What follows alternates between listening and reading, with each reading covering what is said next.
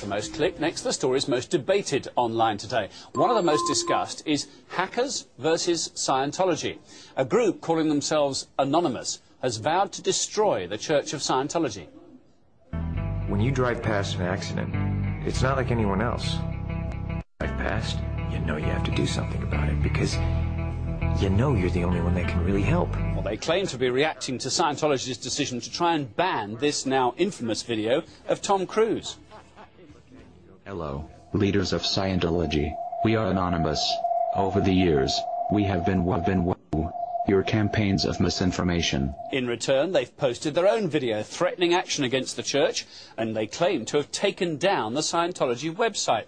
Well, it's all very ominous, but what can they do about that claim? And should we be worried that an unknown group of hackers has this kind of power? We're turning to Alan Phillips, who's chief executive of computer security firm 7Safe. Are they bluffing, Alan, or could they do this? There are many different things that computer hackers, as they get termed, can do. It would appear that in this case they've taken down the website by using what they call a denial of service attack, where they basically fire lots and lots of different packets or bits of information into the one place, so it makes it inoperable, so no one else can access it. But you know, there are many other things that people with computer security knowledge can do.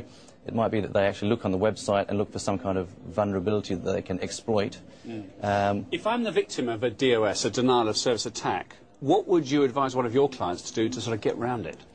Well, the denial of service attack, or the distributed denial of service attack, is actually quite a difficult thing to stop, because you have suddenly, out of the blue, a whole bunch of machines all accessing the same machine, and well, you know, it's like trying to get too many people onto a bus. You can't do anything about it. So there is that clog at the doors. It's literally like that. Yeah, it's pretty much exactly the same kind of thing. But can it be maintained indefinitely, or can people do something about these incoming extra people, to continue our metaphor? Well, over time you can sort of have a look at it. Can be a bit of a laborious process, but you can see which machines are actually doing the denial of servicing, and you can, you know, filter them out. But it tends to be that these kind of things happen for a sustained period, then disappear, and then another bunch of machines start the attack. Right, which is why they prove so effective, I suppose. The Gawker website we pulled up just to have a look about what's going on. It talks about the power people now have on the internet if they want to do this.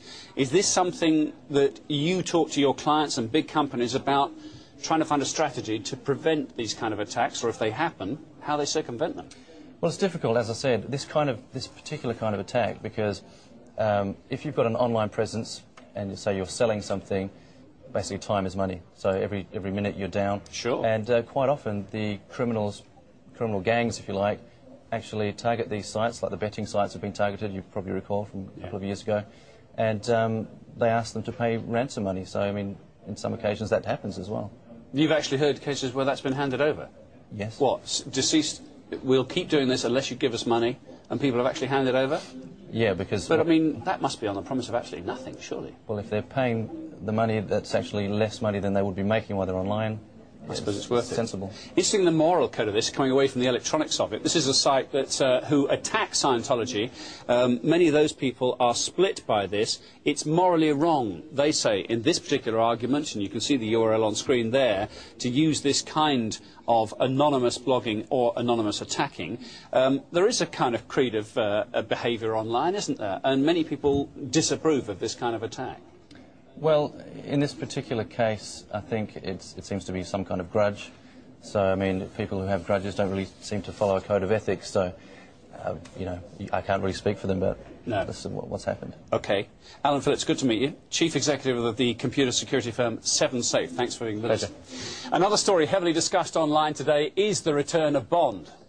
That's James Bond.